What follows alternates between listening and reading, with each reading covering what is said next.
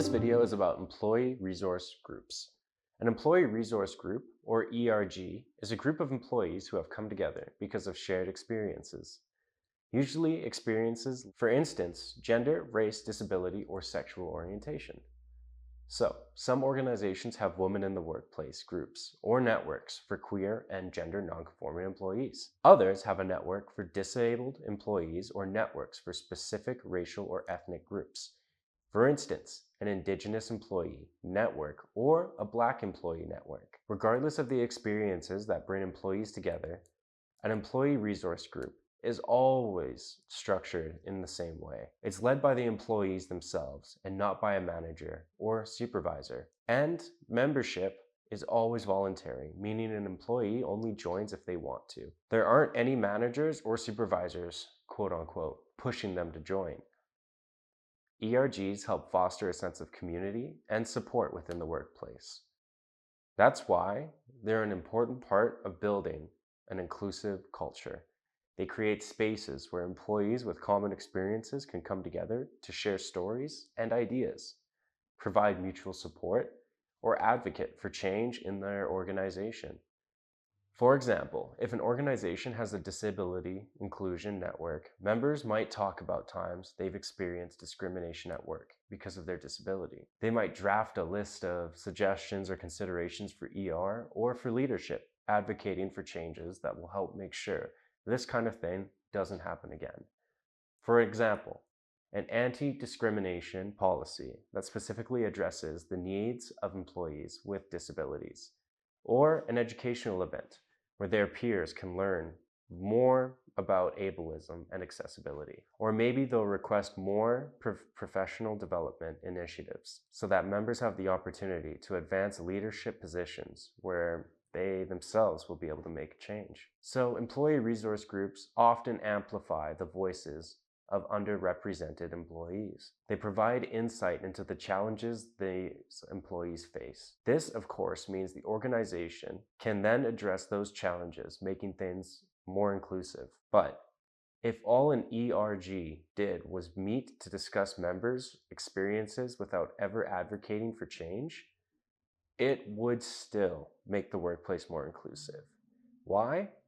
Because those employees would know that they are not alone, that other people had the same experiences. Their experiences of racism and ableism or homophobia would be validated by other members. They might begin to feel a real sense of community, which maybe they haven't felt in other parts of the organization. So we've established the importance of ERGs. But how do you actually start an ERG in the workplace? There are a couple of steps. First, identify the focus of the ERG. Who do you think would be interested in joining an employee resource group? Employees with disabilities, Indigenous employees? 2. The next step is testing your theory. So, if you think maybe Indigenous employees would be interested, ask them. See what they say. If they respond positively, you can move on to the next step, which is number 3, leadership buy-in. Approach HR and senior leadership and explain the benefits of forming this particular ERG. Explain how it would align with the company's diversity and inclusion goals. Then, once you've got leadership buy-in, you can start recruiting members. Spread the word.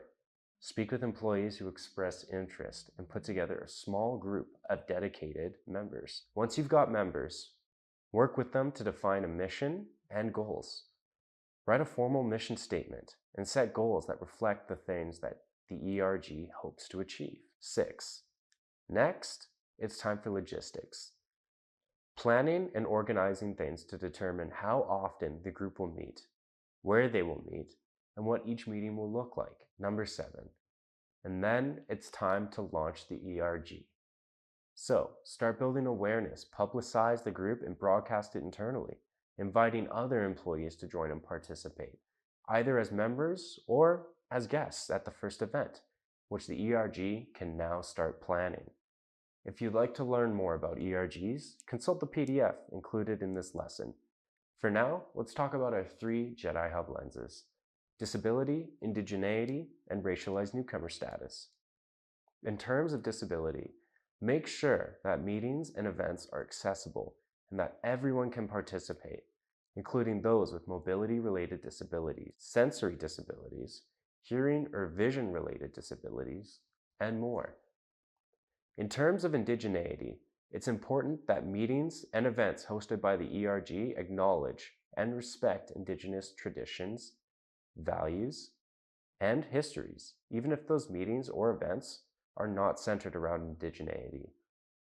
Consider, for example, an ERG run by and for Black employees.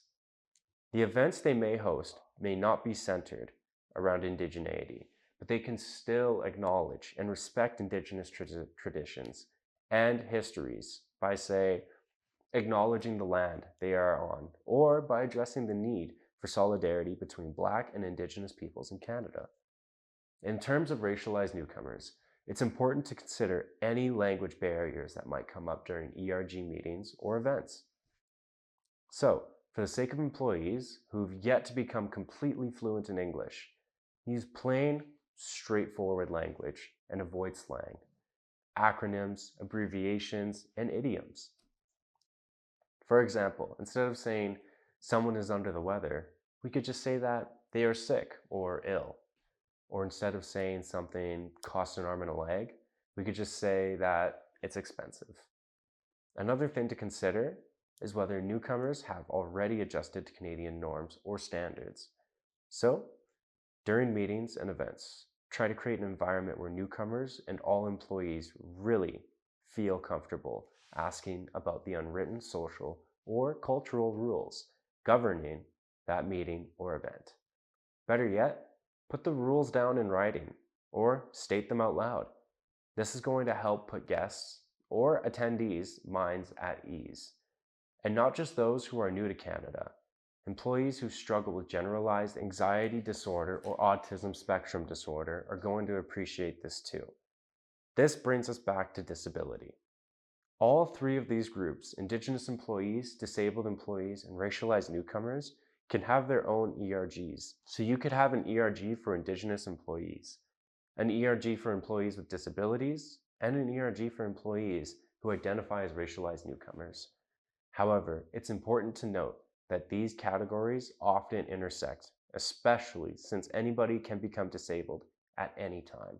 So, a racialized newcomer can also be a person with a disability, and an Indigenous person can be both Indigenous and disabled.